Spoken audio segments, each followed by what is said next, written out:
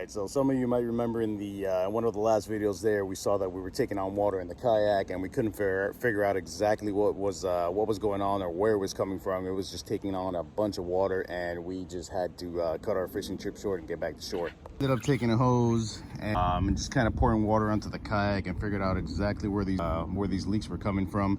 So I tried to do my best and, you know, patch up the holes. There were small little cracks right along the scupper holes right there, just very, very minimal. But, you know, with the water pressure itself, it was just kind of letting in a bit of water and obviously, you know, just making this huge imbalance in the kayak. So all I did to fill the holes was I took a little bit of JB Weld, very thin layer, nothing too crazy. Put some on the outside, put some on the inside, just to kind of reinforce that. Okay. And great thing about this material is it's extremely sandable, so we can actually mold this and just make it look nice and pretty afterwards, and give it some paint, and it's like nothing ever happened. So today what we're doing is just kind of putting the kayak in the water, and we're gonna go ahead and just test to see that I covered up all the holes that I found that I could physically see, and that this kayak takes on no more water. All right, so we're out here on the water. So again, this is pretty much just going to be a quick trip. Planning on staying long because I'm not sure if the repairs that I did worked or not, so I don't want to get into a situation out here that I can't control. I am by myself, so usually if you guys are repairing anything on your kayaks, man, and you guys are going out there and just testing them, make sure you go with someone else. Don't be like me and test by yourself. Luckily this lake, it's a you know, it's pretty nearby. There's it's not too big, and I'm not gonna go too far. So, but you guys know I had to bring the fishing rod because we're not just gonna pedal around for a half hour and wait for something to happen. So let's get to testing this kayak out and see if anyone is home. All right, so I didn't bring anything fancy. I got my quantum rod. You know, you guys have seen this bass rod a bunch of times, so it's my favorite bass rod right here.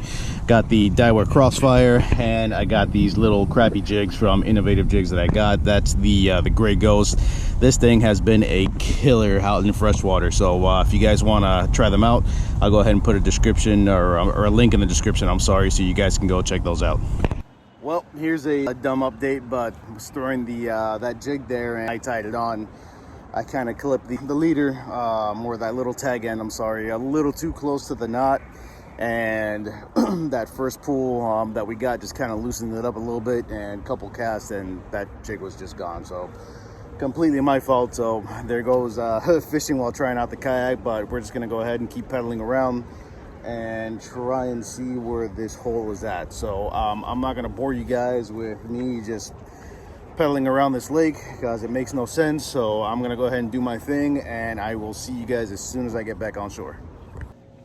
All right, so quick update when I'm pedaling around here. Keep looking back at the kayak, and it's not looking like you know, the back of it doesn't feel low, it doesn't feel heavy like it usually does when it starts taking on water.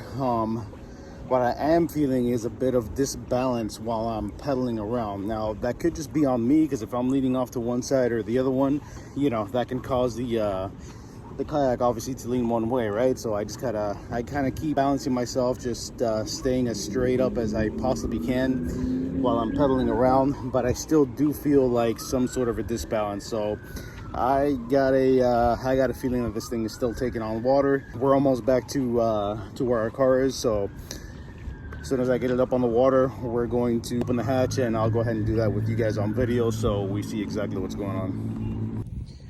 All right, you guys, back on shore, so let's see what's going on.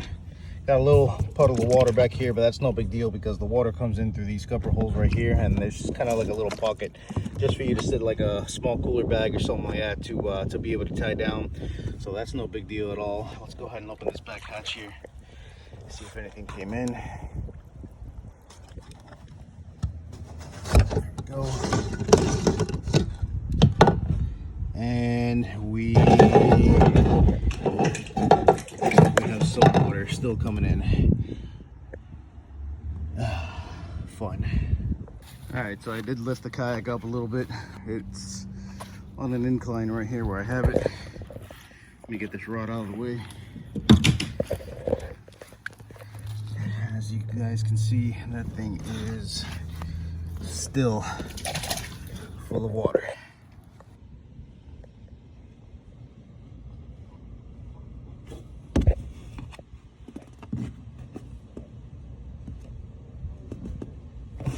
Back here at the storage now, I took apart the I guess those pieces where the drive sits. I'm not sure exactly what they're called, but check out what I found.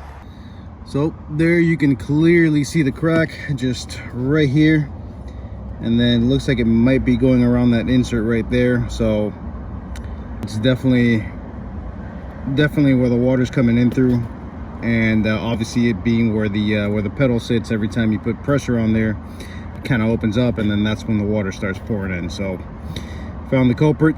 Now we just gotta figure out how to get it fixed.